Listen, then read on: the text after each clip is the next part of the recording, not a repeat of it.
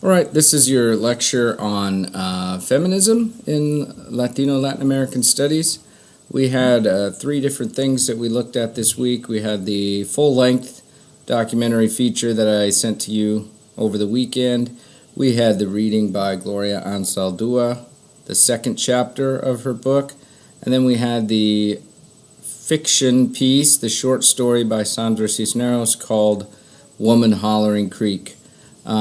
Just a little bit of background on feminist movement within Latino studies.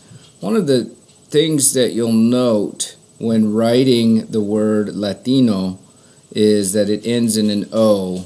And if you know anything about the Spanish language, even a basic knowledge, nouns in Spanish are given gender, and those that end in O are male nouns, and those that end in A are female nouns. And when you have a mixed group, you refer to that group as male. So if you have a group of mixed genders, some females, some males, who are Latinos, you refer to that whole group as Latinos, even if the women in the group outnumber the men. And during the rise of the feminist movement in Chicano and Latino studies, this became sort of not a rallying point, but a point that would define the way that the women's place could be marked. So now there is a very specific point to be made in differentiating between Latino and Latina. And so a lot of times, as in the title of our class, you will see the slash between the O and the A to indicate that it's indicative of both men and women. What brings this on largely is not just the general feminist movement that grows in the mid to late 50s into the 60s and becomes part of the larger civil rights movement, but also the more advanced state of minority women, women of color who begin to embody their civil rights needs on a more expressed level. And so Latinas began to sense that the larger Latino movement was part of their struggle, but within that, their specific needs as women were being ignored. And you may understand, you may have familiarity, or you may have just often experienced traditional Latino cultures, speaking generally. Remember our phrasing, culture is heterogeneous. But speaking generally, traditional Latino cultures can be very patriarchal or male-centered. So the rise of Latina identity and feminism within this movement was a very specific two-headed sort of agenda, right? On the one hand, doing all the same things that the larger Latino movement was involved with, cultural ancestry and pride and recognizing language and all of those things, but then adding with it all of the general antagonism from patriarchal structures regardless of ethnicity and race. And so this is where the Latina feminist movement and identity really gets to pick up steam. And by the end of the 1970s and into the 1980s, Latinas, voices of Latina women, begin to grow strong and really begin to define what it is that they want to talk about. The writings that we looked at, particularly the Gloria Anzaldua piece, come out about this time. Now, the book Borderlands, we've already talked about, came out in 1987. This is the second chapter of that book. It was written, obviously, in the early to mid-'80s, so it's coming on the heels of the developed Latina feminist conscious. But what Anzaldua is doing in this chapter is really, really pouring into her own cultural past as well as her own individual past to begin to probe at how the Latina, the present-day Latina, who she is writing about herself and those around her, has come to be so suppressed both by men and by those within her culture. And one of the things that she does to really express this idea is to talk about the nature of what she calls the three sort of maternal figures of Latina identity. And she doesn't mean this in any sort of colloquial way, like, oh, aren't these figures lovely? She's talking about these are the figures that Latinas have in history and tradition that sort of govern who they should be. And these figures, and they're listed in your notes there, they are referred to as the three mothers or the three female icons on which Latina identity is built. And they're as follows: La Llorona, La Melinche, and La Virgen de Guadalupe. Okay, and I'll talk briefly about each of those so you have an understanding about who they are and what they represent. La Llorona is a common border folk tale based in oral cultures and oral history of a particular type of man and woman relationship. And the story goes, and the story, depending on where you hear it, depending on what region you're in, who told it to you, it has a variety of different plot lines based on a very similar thing amongst all of them. And, some swear it's true, and some say, well, it's based on truth, or some say it's just sort of a compilation of different mythologies. But the story of La Llorona, which means literally the weeping woman, is based on the idea that a young, pretty woman who is very vain and very much desiring a particular man marries that man, has children with him, and eventually the man grows tired of her and begins leaving town for weeks at a time, and returns at one point after some years with a younger, prettier woman, indicating that he's got tired of her because she's grown useless, she's no longer beautiful and young. And when he comes by with this new woman on his arm, he speaks to his children, he acknowledges his children, but he makes no mention of his wife, of this woman who he fell in love with and had these children with, and he scorns her, and he leaves with the new woman.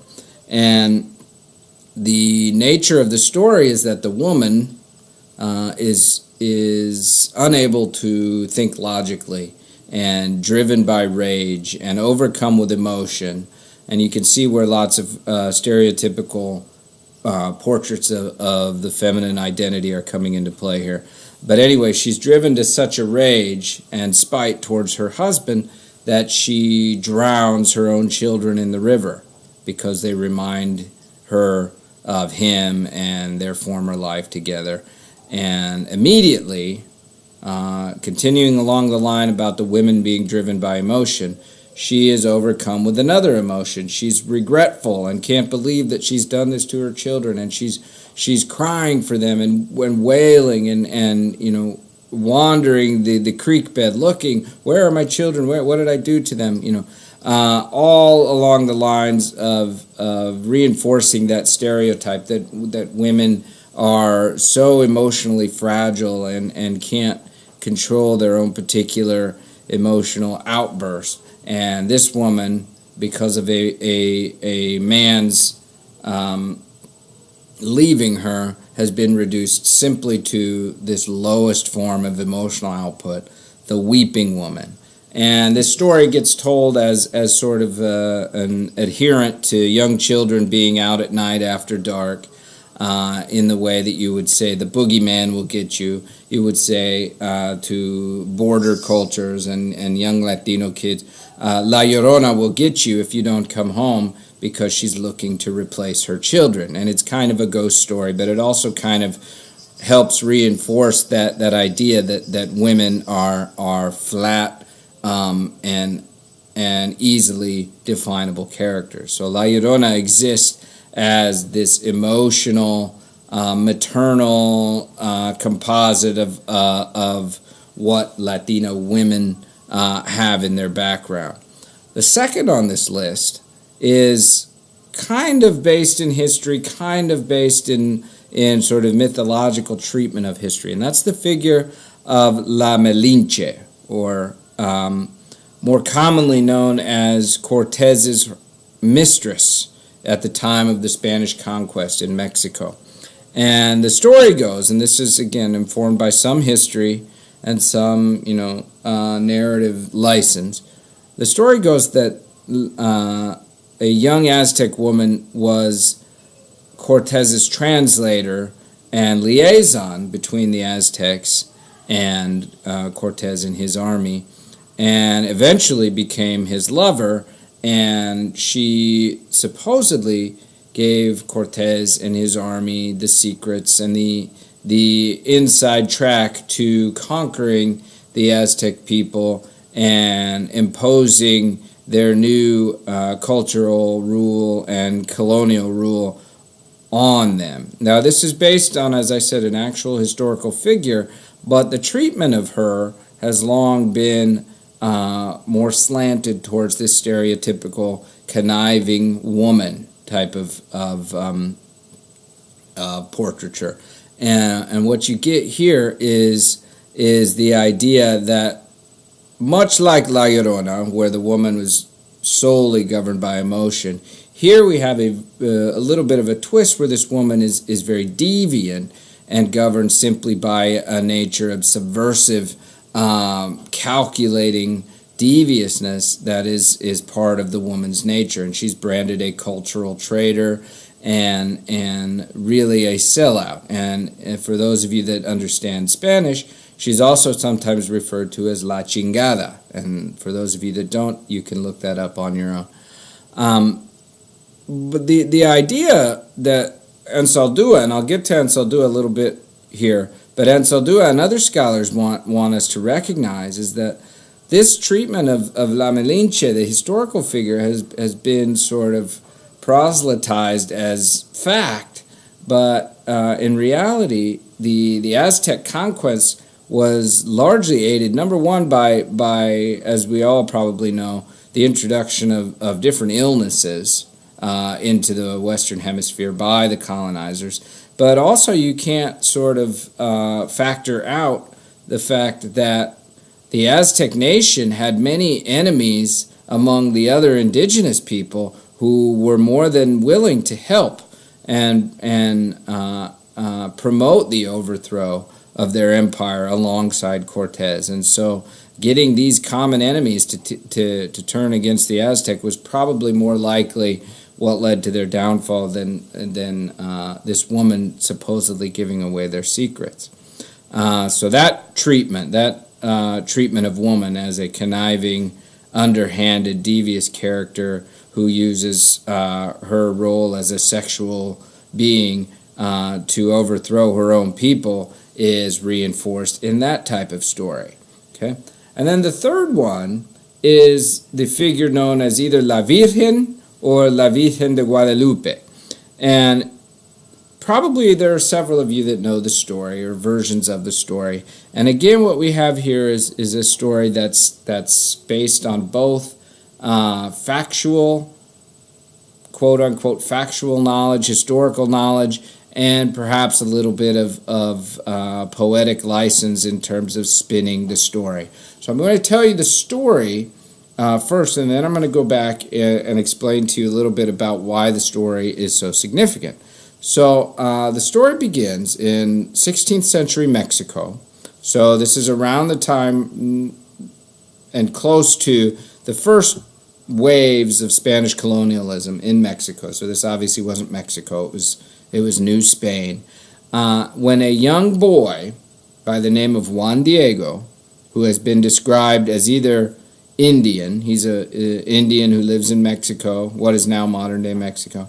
Or he was mestizo, meaning he was a mixture between Indian and Spanish. But anyway, either way, he was not from Spain. He was a part of this new world. He's walking in the woods, or near the woods. Again, story and facts and details change.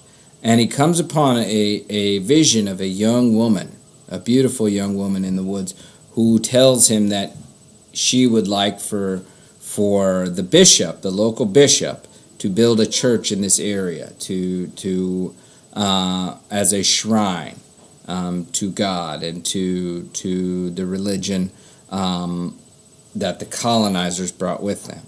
And this young man, Juan Diego, some say he's around 15, 16 years old, takes this message to the local bishop, who is, like most of the politicians and church rulers in New Spain at the time, somebody directly from Spain.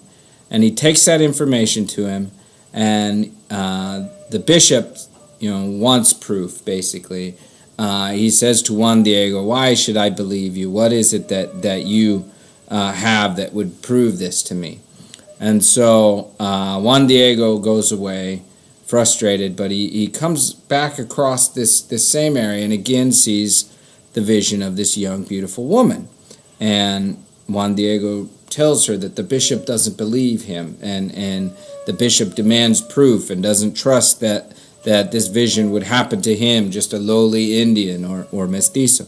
And so the woman in the vision instructs him and tells Juan Diego to go around the hill and to find these beautiful flowers that were native to the bishop's homeland in Spain. They were not native to this new world, and this would be a minor miracle.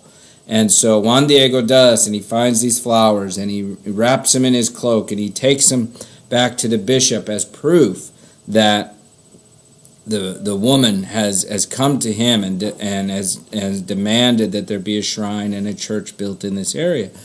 And Juan Diego gives them to the bishop, and he dumps them out, and imprinted on his cloak is a very famous and well-known picture that we know now as La Virgen de Guadalupe.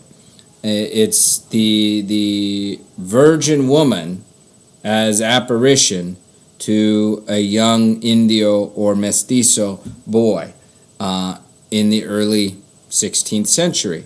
And these are classified as Marian, Marian visions, because they're based on the generalized idea of the Christian Virgin Mary. The Virgen de Guadalupe should not be thought of as anyone might describe it as the Mexican Virgin Mary, but instead it's a derivative of the Virgin as an icon of Christianity. And so this is the idea here, that this Virgin Marian apparition appears to Juan Diego and symbolizes really the coming of the Spanish colonizers' religion to the people of the New World. Remember, I said that Juan Diego was either an Indian or he was a mixture of Indian and Spanish colonizer. This is very important because it helps lay the groundwork for saying, see, our religion is coming to you, and it's merging with your people and welcoming you in. Now, the reason I say it like that is because largely there's some belief that this story was completely fabricated and Juan Diego never actually existed. And in the late part of the 20th century, Juan Diego was actually canonized a saint by the Catholic Church without complete actual knowledge of whether or not he truly lived and experienced this. So what we have here is a sort of convoluted mixture of history and story with a purpose. The purpose being to say, this will make it easier to bring our religious belief systems to the indigenous people in the New World.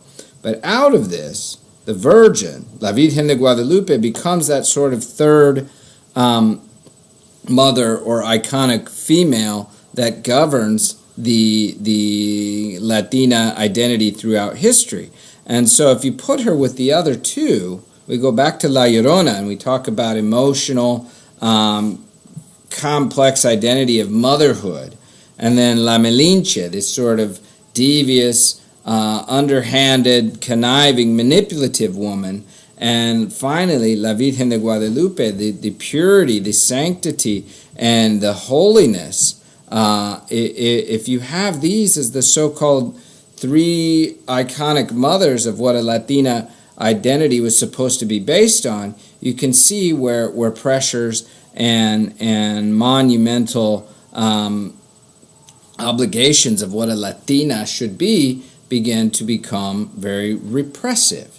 And Anzaldua writes about this. She writes about each of those female icons, but then she also updates it to talk about her own life. And she says very specifically that for her, when she was a young woman, for women of her culture, there were only three paths out of the house. And of course, she's being figurative, but not completely figurative. She's also being somewhat literal.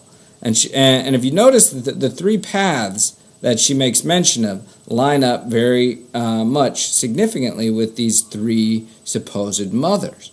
The first path she mentions is to get out of your father's home, is to get married and go join your husband's home, right, as a mother and a wife, right? And that would line up very specifically with the La Llorona icon.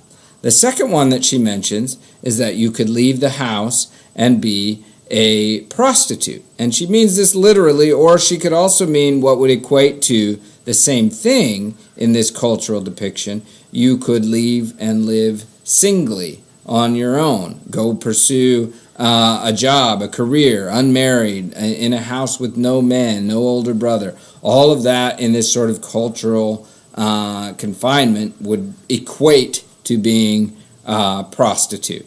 Okay? And then the third way that you could get out of your father's house is to go, of course, to the church as a nun, to pursue and repress your own sins and temptations and pursue a life of purity. Those were the three possibilities that women could pursue in order to grow. And of course, like I said, this is kind of figurative, but it's also literal. And Anzaldua is writing about the confinement that this creates in terms of Latina identity. She then goes on to mention that for her, and remember, she's writing this in the early to mid-'80s, and she's writing this in the midst of the feminist Latina revolution.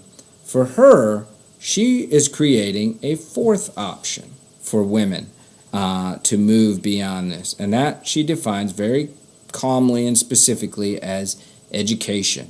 And again, she could be literal, she could also be figurative here. She could mean you could literally go out to college and pursue education and continue on and go into parts of your life that you never would have expected, having grown up with those three prescribed paths. But it could also just mean a sense of enlightenment, an awakening, a cultural education where we say this is not right, this is very, very confining and almost, well, not almost, but it is very repressive.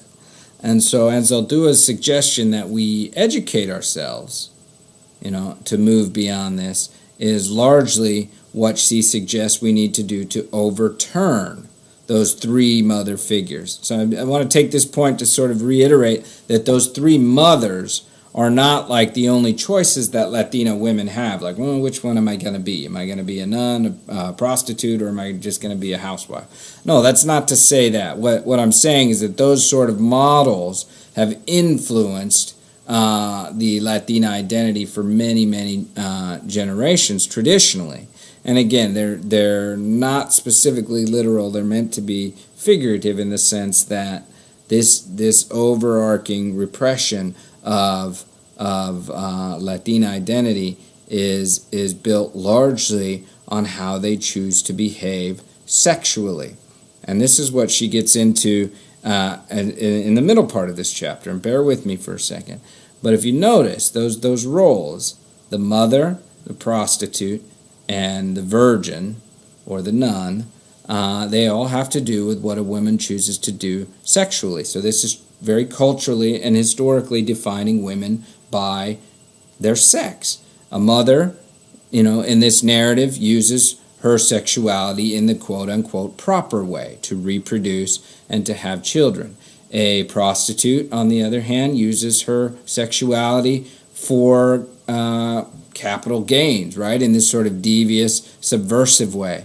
And then the nun virgin protects her sexuality and denies it in a way that says women are defined by what they choose to do with their sexuality. And this is something else that Anzaldua gets into in this section when she says that's not all that a woman is.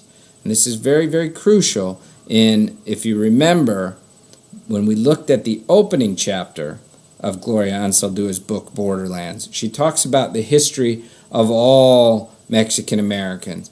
And in this chapter, which is the second chapter, she begins to very specifically look at how have women and homosexuals, because she is also homosexual, been treated and confined by their culture historically, and this chapter opens into that. I want to use that to connect to Sandra Cisneros' story that we read. Okay, while Anzaldua's essay is, of course, nonfiction based on her doing research and writing about her own life, Sandra Cisneros' story, Woman Hollering Creek, is a complete fictional piece, and it comes from a larger collection of stories that go by the same name. The collection is called Woman Hollering Creek and Other Stories, and this is the title story. And what we have in this story, and now that we know a little bit about the icons of Latina feminine identity, what we have in this story is Cisneros looking at ways to begin to see the way that these confinements work on women and the possibilities of perhaps overturning them and redirecting them based on our newer contemporary understanding of both gender and culture. Okay, so within this story, quick plot summary, you have a woman, Cleofilas, born in Mexico, but taken as a bride by a Tejano, a man who lives across the river in Texas, and she is taken away from her home to go live with him on the other side of the border. And growing up in Mexico and now being moved to the United States, she experiences culture shock, right? And as a woman, this means something a little bit more different than it does as a man, because she is confined to the house.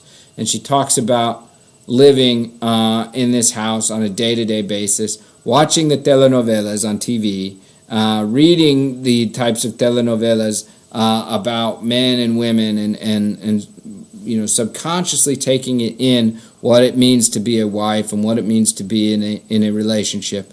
And very specifically, Cisneros has her living between two women, a woman on one side named Dolores, and on the other side, it just slipped out of my head.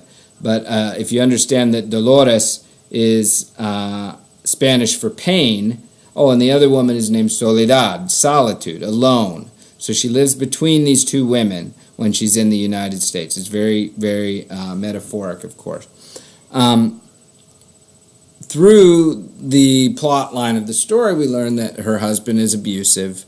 He's misogynistic. He keeps her at home. He destroys the things that she likes, her books and all of this. And he's very much emotionally abusive as well. And she seeks out some help. And this comes in the form of Chicana women, Americanized Mexican women, who are in contrast to her and her idea of what it means to be a woman. When she calls these other two women, I think it's Graciela and Feliz, which is thank you and happiness, right? It's grace and happiness who come into her life. And they take her out of this situation, and they orchestrate this daring sort of escape. They bring her into the clinic, and she leaves with them, and she's riding with one of them in the truck. And she's very surprised, remember, that this woman has a truck, and it's not a man's truck, it's her own truck.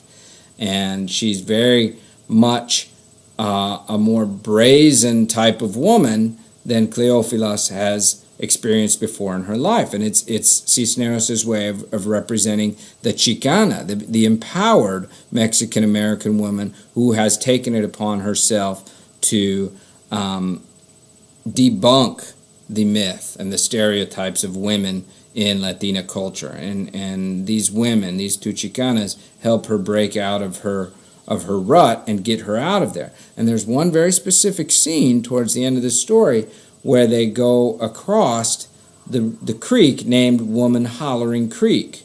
And this is an actual creek, by the way, near San Antonio, Texas, where Cisneros lived for much of her life. But anyhow, as they cross this creek, the woman driving lets out she calls it a Tarzan-like yell, and she says she always loves to do this because of the name of the river. And it's, now that we know the knowledge of the icon of La Llorona, the weeping woman, the crying, emotionally distraught woman, the idea of a woman who hollers like Tarzan, like a warrior, like somebody who is empowered, becomes a direct attack on that stereotype of distraught, feeble women, and turns it around and says that women aren't necessarily defined by only that, but can be empowered, can holler and let out Tarzan-like yells. And this is Cisneros' way of getting into those three mothers, those ideas of what Latina feminine identity should be, and searching for ways that we can reconstruct that.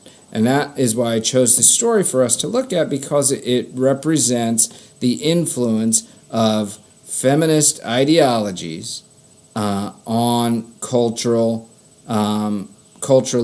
historic identities, right? The traditional Mexican woman encountering more modern feminist thought, and this grows in her, right? The last lines of the story, in fact, are that the holler turns into a laugh, which eventually comes out of her mouth. So we begin to see a transference there.